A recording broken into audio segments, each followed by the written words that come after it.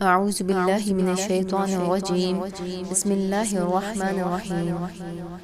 Islamic وظائف channel کے تمام ناظرین کو السلام علیکم ورحمۃ اللہ وبرکاتہ۔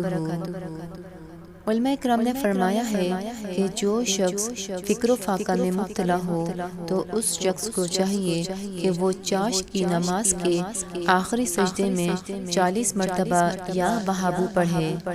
اگر اس وظیفے کی پابندی کسی نے مسلسل 40 دن کر لی تو اللہ تعالیٰ اسے فکر و فاقہ سے دور کر دے گا۔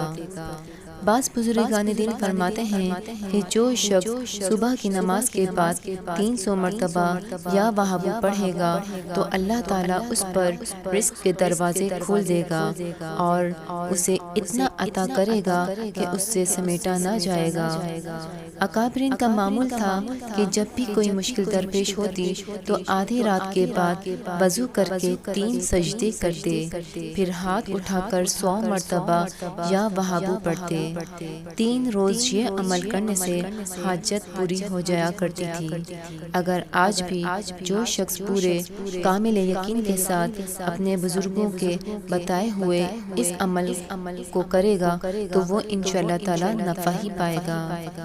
اگر آپ کو ہماری یہ ویڈیو پسند آئے تو لائک کریں اور اپنے دوستوں کے ساتھ شیئر کریں اور ہمارے چینل کو سبسکرائب کریں۔